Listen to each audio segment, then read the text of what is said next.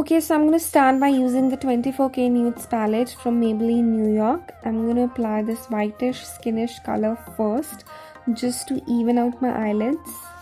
And also this trick really helps to enhance the rest of your colors. So make sure you start your eye makeup by applying either white or skin color first.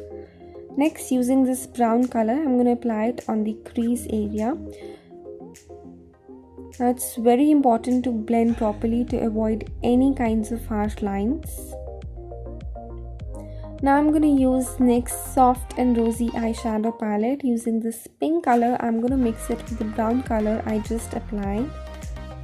And also I'm going to take it a little bit inwards towards the eyelids. And also focusing on the outer corners of my eye.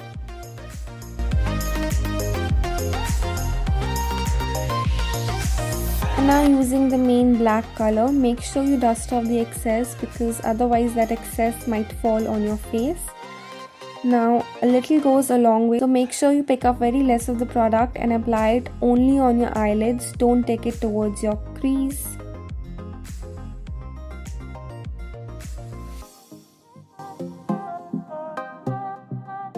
Next, I'm again applying a little bit of pink color on the crease and also on the outer corners.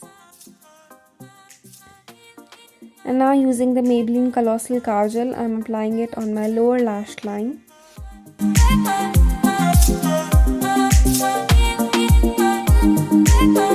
Next, I'm using the same pink and brown combination to properly define my eyes. So just applying it below the kajal I just applied. And now highlighting my inner corners using this golden color from the same 24K Nudes palette. I love this trick as it instantly adds drama to my eyes. And now using Scandalize Reloaded Mascara from Rimmel London. I bought this from the Christmas sale, so if you haven't watched my Christmas haul yet, I will link it in for you guys. Make sure you watch it. Lastly, I'm using the Nykaa's false lashes to add that extra drama.